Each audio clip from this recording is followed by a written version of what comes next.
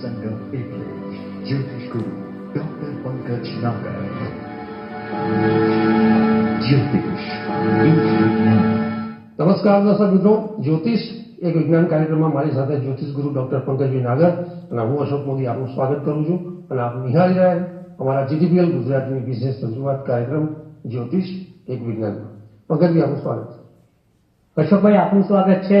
દર્શક મિત્રો આપનું સ્વાગત તો હોય જ, કારણ કે તમે મારા સુખ, મારા જ્ઞાન, મારી પ્રતિષ્ઠાના સાચા ભાગીદાર અને હકદાર છો. કેટલાય શોથી આપણે એક સિરીઝ જેને કહીશું કે જેને શોની એક માળા શરૂ કરી છે કે જેની અંદર ગ્રહો, તેના રત્નો, કયા કોમ્બિનેશન ખરાબ કોમ્બિનેશન છે, કયા કોમ્બિનેશન સારા છે, કયા શ્રેષ્ઠ છે, કયા સૌથી વધારે ખરાબ છે, કયા કોમ્બિનેશનથી શું ફાયદો થાય, નંગો અને રત્નોની અવેજીમાં ઓપ્શનલ કયા સ્ટોનનો ઉપયોગ કરી શકાય, ક્યાંથી મળી શકે છે, એની શરતો શું હોય છે, એની કેટલીક અદ્ભુત અનેરી વાતો તમારી સમક્ષ હું બિલકુલ ખુલ્લા મનથી, તહેદિલથી તમને આપી રહ્યો છું. અને આ જ્ઞાન તમારી ડાયરીમાં લખી રાખજો. જીવનમાં ખૂબ કામમાં આવશે એવું મારું અંગતપણે માનવું છે. બિલકુલ પંકજભાઈ, તમે ખૂબ જ એક સંકેત સાથે આપણે શોની શરૂઆત કરી કે છેલ્લા 3-4 એપિસોડથી જે ચર્ચા છે કે એવા કયા રત્નો અને નંગો કે જે એક સાથે કોમ્બિનેશન, એક સાથે એ ગ્રહોના પહેરવાથી એ વિરોધાભાસી બનતા હોય છે અથવા તો એ ક્યાંક સુગંધો બનતા હોય છે. તો આપણે ગત એપિસોડમાં એક સારા કોમ્બિનેશનની વાત કરી કે જે સુગંધો આપી શકે છે જાતકના ગ્રહો પ્રમાણે કે પછી નક્ષત્ર પ્રમાણે. તો એમાં પંકજભાઈ તમે ખૂબ સુંદર વાત કરી હતી. ગુરુના ગ્રહોની કોમન વાતમાં સૂર્ય ગુરુના કોમ્બિનેશનની વાત કરી હતી, ચંદ્ર ગુરુની વાત કરી હતી. પણ આજે સુગંધોની જ્યારે વાત છે તો એક કોઈ આપણા એવા એક જે ખાસ આપણા જે ફેવરેટ છે, જે સંશોધન છે આપણા ખાસ, કે એવા અદ્ભુત કોમ્બિનેશન કે જે ગુરુનું હોય કે અન્ય ગ્રહોનું, જે જાતક માટે એક સાથે એ બે કોમ્બિનેશન જો એક સાથે ધારણ કરવામાં આવે તો શુભત્વ એક જબરદસ્ત મળે. તો એવા એક કોમ્બિનેશનના અદ્ભુત કોમ્બિનેશનની વાત કરીએ ગુરુના. અશોકભાઈ, જ્યોતિષશાસ્ત્રના મારા 40 વર્ષના પ્રખર અને પ્રલંબ યાત્રા દરમિયાન મેં જે અનુભવ્યું છે, મેં જે સંશોધન કર્યું છે અને મેં જે લોકોને મારું શ્રેષ્ઠ આપવાની કોશિશ કરી છે, એમાંનું એક અતિ અંગત છતાં પણ આજે હું જાહેર મૂકવા જઈ રહ્યો છું એવું એક કોમ્બિનેશન છે રત્નોનું કે જે ખરેખર જાતકને માલામાલ કરી શકે છે. ઘણા લોકોને એવું હોય છે કે ભાઈ તમે જાણકારી વિના શનિનું રત્ન પહેરાવવાની વાત કરો છો. જાણકારી વગર રત્નો ધારણ કરવાથી કે તમે ફના પાતિયા, બરબાદ, નાદાર કે મરી જવાના નથી. તો સમજવાની વાત છે. અલબત્ત ક્યાંક એક નાના સરખા અવરોધો, પ્રતિકૂળતા અને જેને કહેવાય કે અસંદિગ્ધ વાત, સંજોગો તમારી સમક્ષ આવીને ઊભા રહી શકે છે. પણ આજે હું આપણી સમક્ષ જે કોમ્બિનેશન તમને આપવા જઈ રહ્યો છું, તમને જણાવવા જઈ રહ્યો છું, એ કંઈ વિશેષ છે. એ કંઈક જુદા પ્રકારનું છે. એ કંઈક તમારા માટે લાભદાયી, ફળદાયી, પરિણામદાયી છે. તો એવું કોમ્બિનેશન અશોકભાઈ કયું છે ખરેખર કે જેનાથી જાતકને અવશ્યપણે લાભ થાય છે. બિના જ્ઞાન પણ જો પહેરે, કુંડળીના અવલોકન વગર પણ પહેરે તો એનાથી જાતકને હાલની પરિસ્થિતિ છે એમાંથી કંઈક ઉપર આવવાની તક મળે. હવે આ જે 3 સ્ટોનનું કોમ્બિનેશન છે એમાં પહેલું છે નીલમ, બીજું છે બુધનું પન્ના અને ત્રીજું છે શુક્રનો ડાયમંડ. બુધનું પન્ના, શનિનું નીલમ અને શુક્રનો નીલો. બિલકુલ આ 3 રત્નો સોનાની ધાતુમાં વીંટીની અંદર કે પેન્ડન્ટની અંદર જો એની ગોઠવણી કરવામાં આવે માત્ર 2 થી 3 રતી, 2 થી 3 રતી અને હીરાના સેન્ટ એના માપ પ્રમાણે, ગજા પ્રમાણે લઈ અને એને ફિટ કરો તમે, તો એનાથી એ જાતકનો ભાગ્યોદય થાય.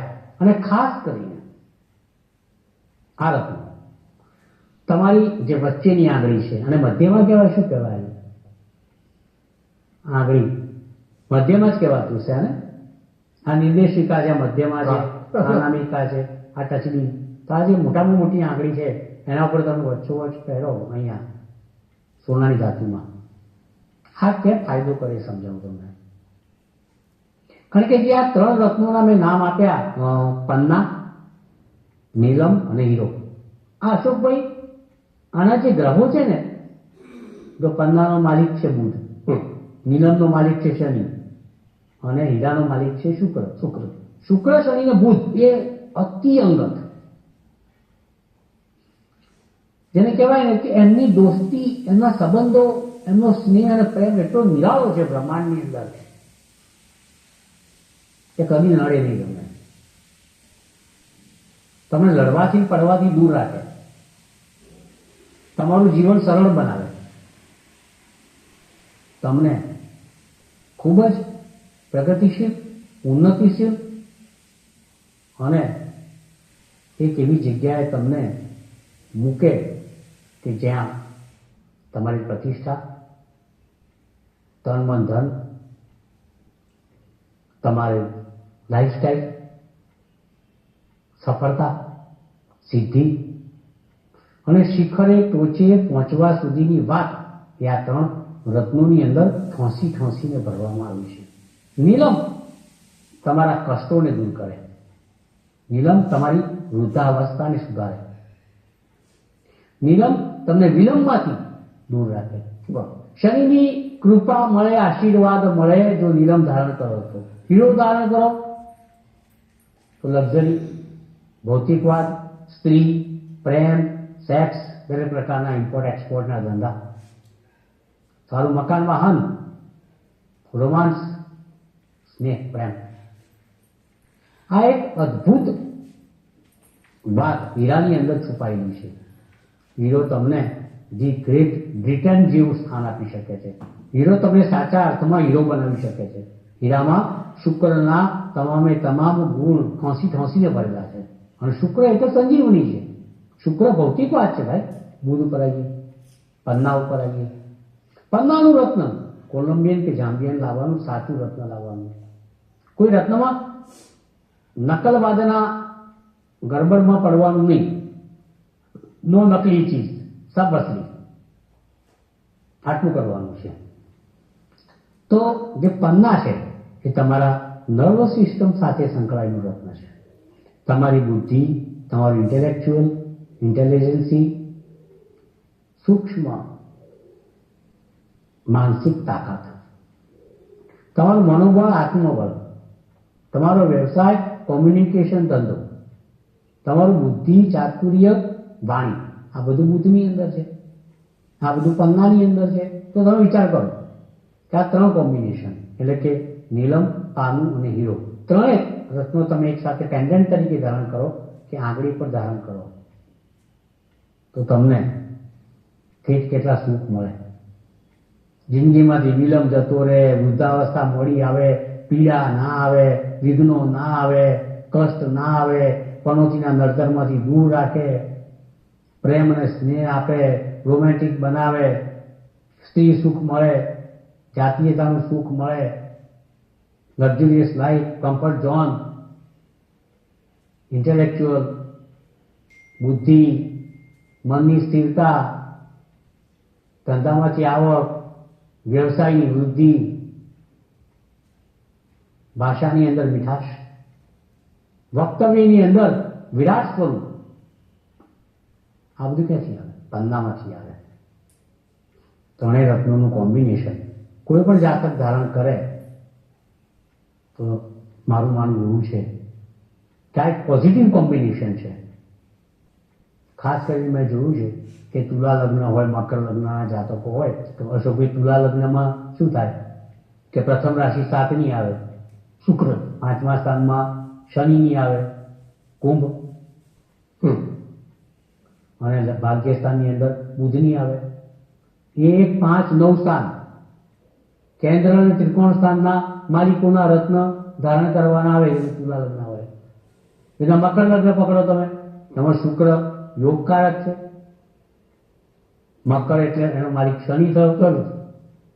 પછી 5મા 9મા સ્થાનની અંદર તમે રાશિ ગણો તો 5મામાં બીજી રાશિ આવે, 9મામાં છઠ્ઠી રાશિ આવે, તો બસ શુક્ર બુધ અને શનિ થઈ ગયા. મકર લગ્ન હોય, તુલા લગ્ન હોય, એ લોકો માટે તો ખાસ આ રત્નો અતિ લાભદાયી, ફળદાયી અને તમે ન વિચારી શકો એટલું શ્રેષ્ઠ ફળ આપનારા બની શકે છે એવું મારું અંગતપણે માનવું છે.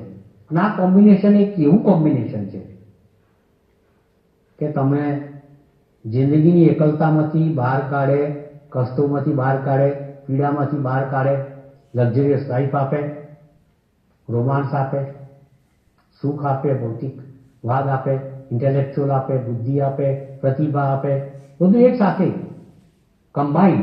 પણ શરત એ છે કે એની સચ્ચાઈમાં ગોથું ખાવાનું નથી. અસલી માલ તો જ તમને લાભ કરે.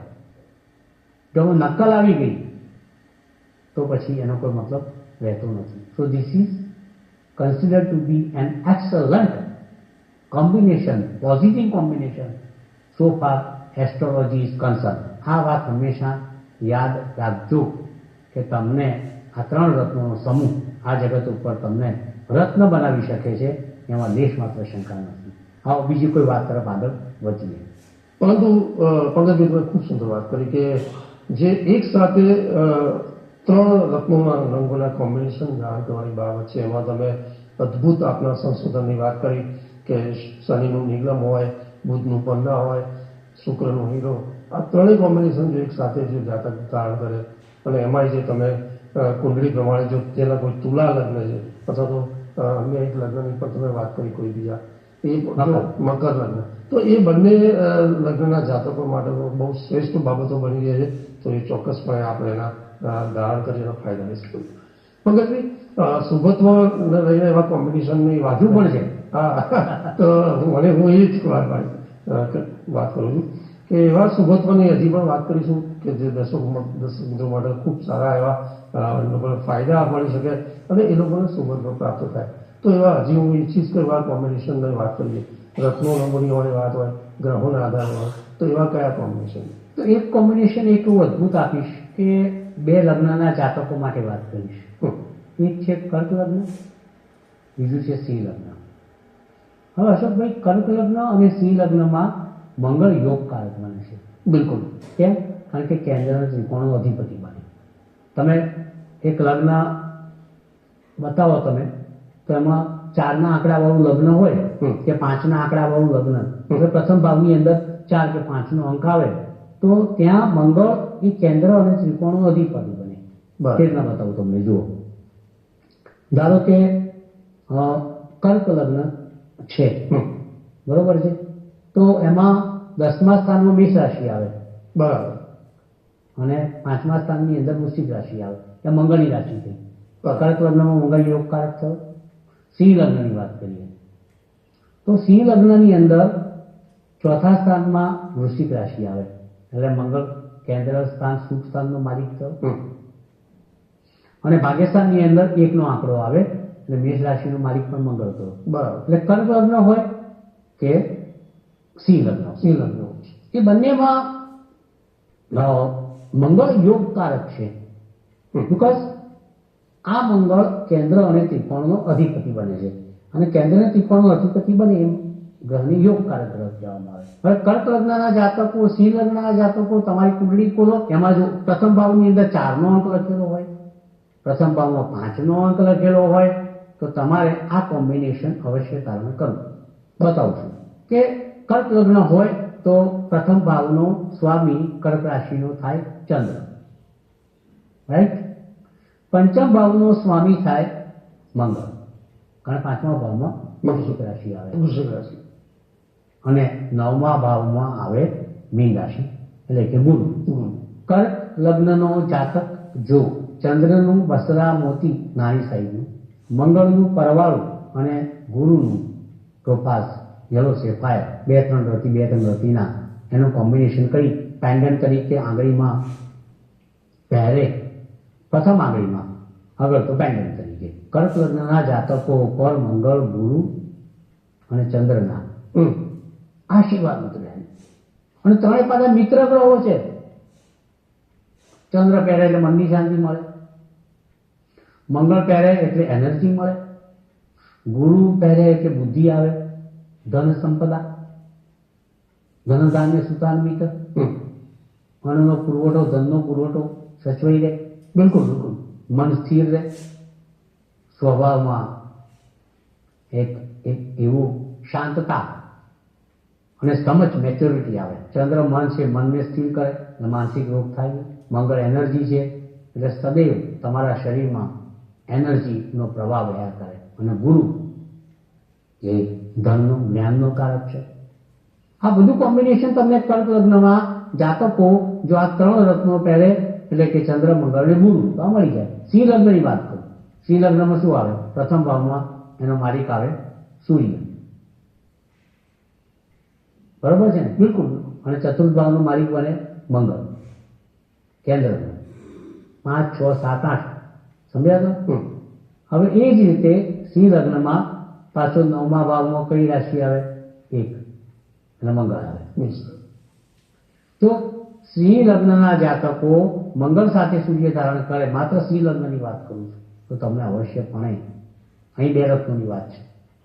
3 નહીં, સિંહ લગ્નમાં 2 રત્નો, મંગળ અને સૂર્ય ધારણ કરો. તમને સૂર્યની પ્રતિષ્ઠા, તંદુરસ્તી, પિતાનું સુખ, તેજ, એનર્જી, મંગળની આક્રમકતા અને એનર્જી.